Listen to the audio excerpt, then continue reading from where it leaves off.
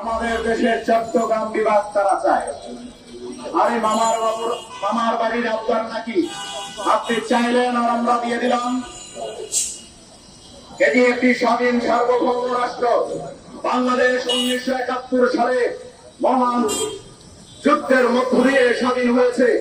2024 সালে ভারতের প্রেতাত্মা আওয়ামী সরকারের হাত থেকে রক্তক্ষয়ী যুদ্ধের মধ্য দিয়ে স্বাধীন হয়েছে দ্বিতীয়বার। আর আপনি চাইলেন আমার দেশের নাগরিক দিয়ে দিল? এটা হতে পারে না। বীরের জাতি এদেশের নাগরিক যুদ্ধ কিভাবে করতে হয়, সার্বভৌমত্ব কিভাবে রক্ষা করতে হয়, জীবন কিভাবে দিতে হয়, সেটা তারা হারে হারে জানে। আমি যারা বলে গেছিল খেলা হবে, সেই খেলা আমরা খেলবো ভারতের সাথে। আসুন, আমার চট্টগ্রাম দখল করতে চান, আসুন, যদি হিম্মত থাকে আসুন, খেলা হবে ভারতের সাথে।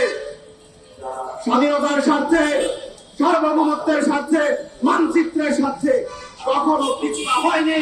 এদেশের মানুষ আর কখনো হবে না। তাদেরকে হুঁশিয়ারি করে বলছি, নিজাম মজুমদার হোক আর যোধা মজুমদার হোক, তোমরা পারলে দেশে এসে দেখো। তোমাদের জন্য আমাদের কোর্ট আছে, আইন আছে, পুলিশ আছে, র্যাব আছে, বিজিবি আছে, সেনা আছে, আদালত আছে, বিচার হবে। শেখ হাসিনার যেভাবে বিচার করার জন্য প্রস্তুতি নিচ্ছি, তোমাদের মতো আওয়ামী দালালদেরকেও আমরা বিচার করার প্রস্তুতি নিচ্ছি।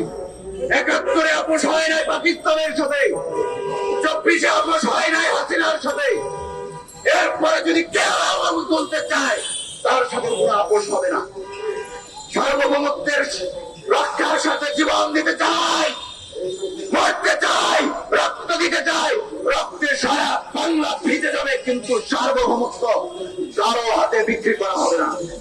যদি সুনামগঞ্জে জিরায়ে হিন্দুদের বাড়ি পুড়ে দিল, আপনি এই বিচার নিশ্চিত না করে সম্প্রীতি নিশ্চিত পারবেন? নাসিরনগরে হিন্দুদের বাড়ি পুড়ে দেওয়া হলো, জ্বালায় দেওয়া হলো, এটা ন্যায় বিচার না দেওয়া পর্যন্ত সম্প্রীতি নিশ্চিত হবে?